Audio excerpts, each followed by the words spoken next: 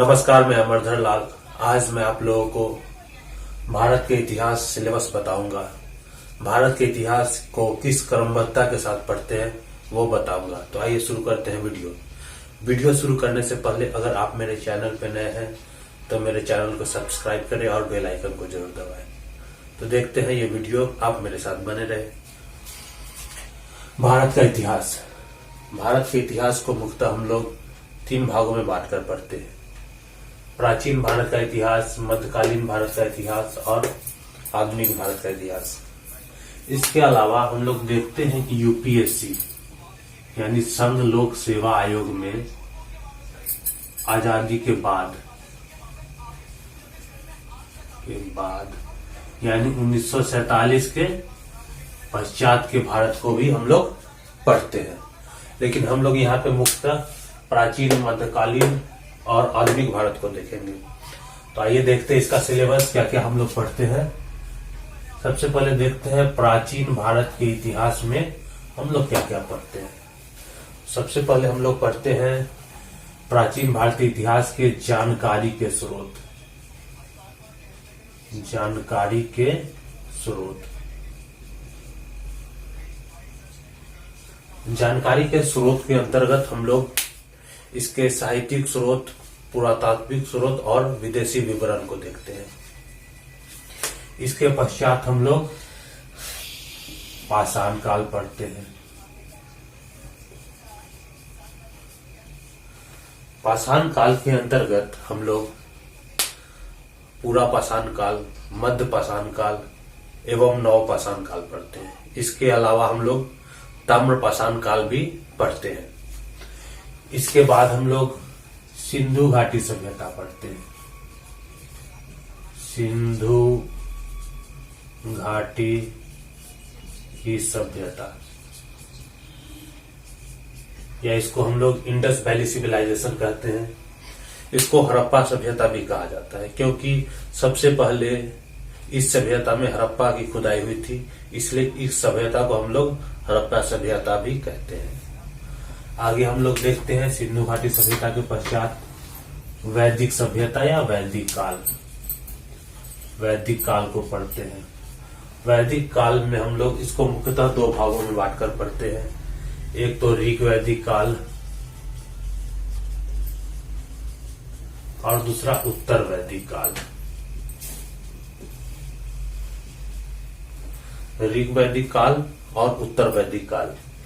ऋग वैदिक काल को हम लोग पूर्व वैदिक काल भी कहते हैं। इसके पश्चात हम लोग महाजनपद काल पढ़ते हैं। महाजनपद काल बहुत सारे जनपदों को मिलाकर महाजनपद बना। हम लोग 6ठी शताब्दी ईसा पूर्व यानी 600 BC में 16 महाजनपदों को पढ़ते हैं। 16 महाजनपदों के अंतर्गत हम लोग एक उभरता हुआ मगध देखते हैं। मगध का उत्कर्ष। मगध के उत्कर्ष में मगध में कई वंश शासन करते हैं। हर्यक वंश, शिशुनाग वंश और नंद वंश। इन चीजों को भी हम लोग 16 महाजनपद में पढ़ते हैं। इसके पश्चात हम लोग धार्मिक आंदोलन पढ़ते हैं।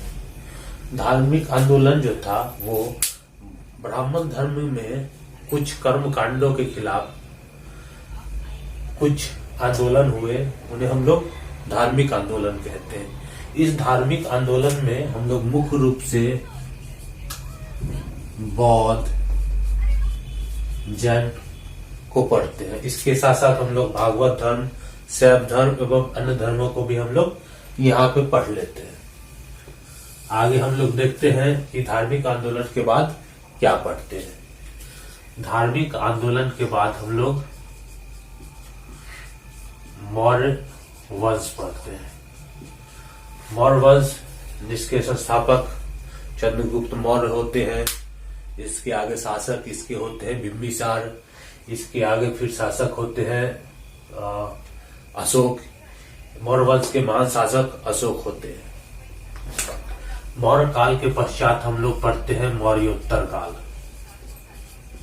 मौर्योत्तर काल, मौर्योत्तर काल में, मौर्य काल में एक चीज और देखते हैं। ये जो मौर्य वंश है, इसको हम लोग उत्तर भारत में मौर्य वंश को देखते हैं, वहीं दक्षिण भारत में भी संगम काल चलता रहता है। संगम काल, इस संगम काल के अंतर्गत हम लोग चेर, चोल और पांड्य वंश को भी दक्षिण में पढ़ते हैं। मौर्य वंश उत्तर भारत में चलता है, वही दक्षिण भारत में संगम काल भी चलते रहता है। इसके पश्चात हम लोग मौर्योत्तर काल पढ़ते हैं। मौर्योत्तर काल के अंतर्गत हम लोग इसमें दो भागों में बांटकर पढ़ते हैं, विदेशी शासन और देशी शासन। विदेशी शासन के अंतर्गत हम लोग यवन, शक, पहलव और कुषाण पढ़ते हैं। वहीं पे देशी शासक के अंतर्गत हम लोग शुंग, कण्व और सातवाहन वंश पढ़ते हैं। तो फिर मौर्योत्तर काल के पश्चात हम लोग क्या पढ़ते हैं? मौर्योत्तर काल के पश्चात फिर हम लोग गुप्त वंश पढ़ते हैं या गुप्त काल। इसके संस्थापक श्री गुप्त होते हैं। श्री गुप्त के अलावा चंद्रगुप्त प्रथम, चंद्रगुप्त द्वितीय, विक्रमादित्य और समुद्रगुप्त इस वंश के महान शासक होते हैं। गुप्त वंश के पश्चात हम लोग गुप्तोत्तर काल पढ़ते हैं।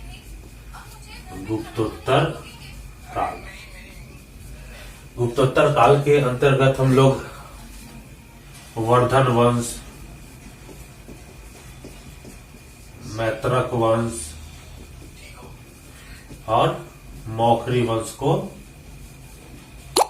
पढ़ते हैं। गुप्तोत्तर काल के पश्चात हम लोग मध्यकालीन भारत के इतिहास को शुरू करने से पहले पूर्व मध्यकालीन भारत भी पढ़ते हैं। पूर्व मध्यकालीन भारत, इसके अंतर्गत हम लोग देखते हैं राजपूत वंश। राजपूत वंश को हम लोग पढ़ते हैं। इसके पश्चात हम लोग त्रिपक्षीय संघर्ष भी देखते हैं।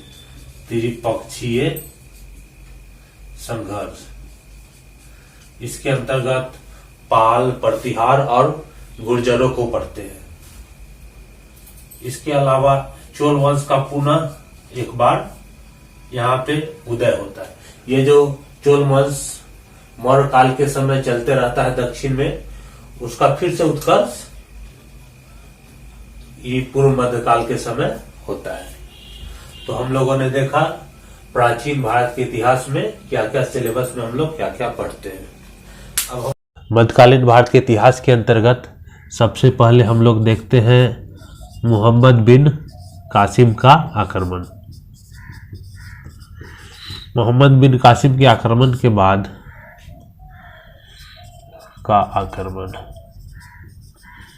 मोहम्मद बिन कासिम के आक्रमण के पश्चात महमूद गजनवी का आक्रमण। इसके पश्चात मोहम्मद गोरी का आक्रमण हम लोग देखते हैं। इसके पश्चात दिल्ली सल्तनत की स्थापना होती है। दिल्ली सल्तनत, दिल्ली सल्तनत में पांच मुख्य शासक वंश रहते हैं। इसमें पहला तो है मोहम्मद गोरी का एक गुलाम था जो कि गुलाम वंश की स्थापना करता है, यानी गुलाम वंश के संस्थापक जो हो गए वो कुतुबुद्दीन ऐबक हो गए। इसके पश्चात हम लोग खिलजी वंश पढ़ते हैं। खिलजी वंश के संस्थापक होते हैं जलालुद्दीन फिरोज खिलजी। खिलजी वंश के पश्चात तुगलक वंश पढ़ते हैं। तुगलक वंश के संस्थापक गियासुद्दीन तुगलक होते हैं। उसके बाद सैयद वंश पढ़ते हैं, सैयद वंश जिसके संस्थापक खिज्र खां होते हैं। इसके बाद हम लोग लोदी वंश पढ़ते हैं, लोदी वंश जिसके संस्थापक बहलोल लोदी होते हैं। आगे हम लोग देखेंगे दक्षिण भारत में, इसी समय दक्षिण भारत में विजयनगर साम्राज्य चलता है। विजयनगर साम्राज्य को पढ़ते हैं। इसके पश्चात हम लोग बहमनी साम्राज्य को भी दक्षिण में पढ़ते हैं, बहमनी साम्राज्य। इसके पश्चात हम लोग मुगल काल पढ़ते हैं, मुगल काल। लोदी वंश के अंतिम शासक इब्राहिम लोदी, जिसको की हत्या करके बाबर जो है मुगल वंश की स्थापना करता है। बाबर के बाद कई और शासक आते हैं, बाबर, हुमायूं, अकबर, जहांगीर, शाहजहां और औरंगजेब।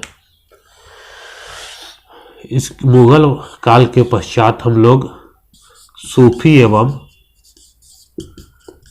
भक्ति आंदोलन पढ़ते हैं।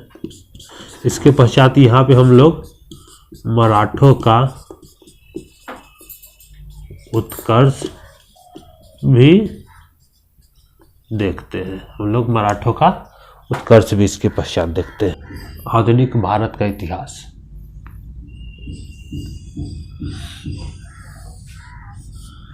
आधुनिक भारत के इतिहास के अंतर्गत सबसे पहले देखते हैं उत्तरकालीन मुगल शासन, या फिर इसको हम लोग टॉपिक बना के पढ़ते हैं मुगल शासन का पतन। इस मुगल शासन के पतन के दौरान कई शासक होते हैं, मुअज्जम, बहादुर शाह जफर वगैरह शासक आते हैं। इसके पश्चात हम लोग देखते हैं यूरोपीय व्यापारियों का आगमन।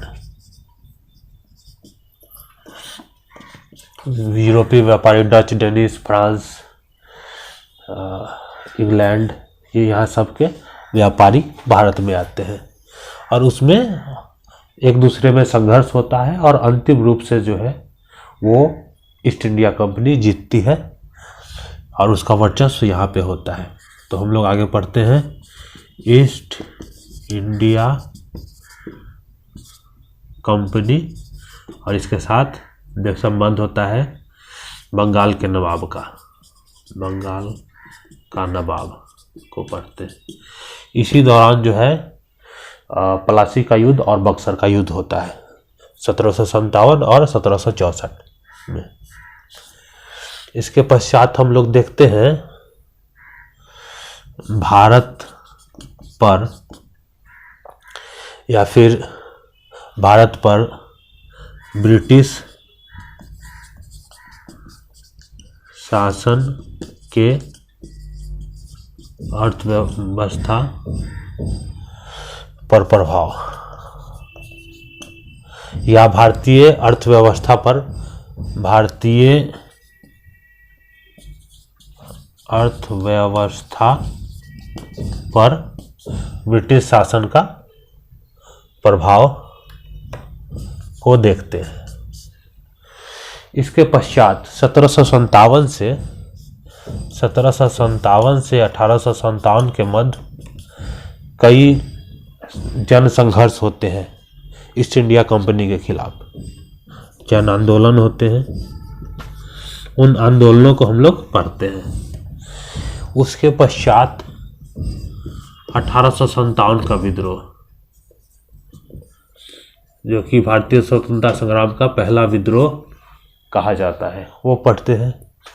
इसके पश्चात देखते हैं 19वीं सदी का सामाजिक एवं सांस्कृतिक जागरण। इसके पश्चात भारत में शिक्षा का विकास देखते हैं, समाचार पत्रों का विकास देखते हैं, भारत में समाचार पत्रों का विकास देखते हैं। उसके पश्चात हम लोग भारत में जो आए, वायसराय और गवर्नर जनरल को भी हम लोग पढ़ते हैं। इसके पश्चात हम लोग देखते हैं 1885 ईस्वी में कांग्रेस की स्थापना होती है। 1885 ईस्वी में, यानी इसके आगे हम लोग पढ़ते हैं स्वतंत्रता आंदोलन, भारत का स्वतंत्रता आंदोलन। इसके अंतर्गत देखते हैं कि 1885 ईस्वी में 1885 से 1905 ईस्वी तक इस आंदोलन में, यानी कांग्रेस के अंतर्गत, नरम दल का वर्चस्व रहता है। इसके पश्चात 1905 से 1919 तक गरम दल का कांग्रेस में वर्चस्व रहता है। उसके पश्चात 1919 से 1947 यानी आज़ादी तक को हम लोग गांधी युग के नाम से पढ़ते हैं, गांधी युग। इसी के अंतर्गत असहयोग आंदोलन, सविनय अवज्ञा आंदोलन, भारत छोड़ो आंदोलन, विभिन्न प्रकार के आंदोलन होते हैं। तो ये रहा सिलेबस भारतीय आधुनिक भारत का इतिहास का। तो हम लोगों ने देखा आज प्राचीन भारत के इतिहास का सिलेबस, मध्यकालीन भारत के इतिहास का सिलेबस और आधुनिक भारत के इतिहास का सिलेबस। तो अगर आपको मेरा यह वीडियो अच्छा लगा तो मेरे चैनल को सब्सक्राइब करें और बेल आइकन को जरूर दबाएं। तो जल्द ही मिलते हैं नए वीडियो के साथ। धन्यवाद।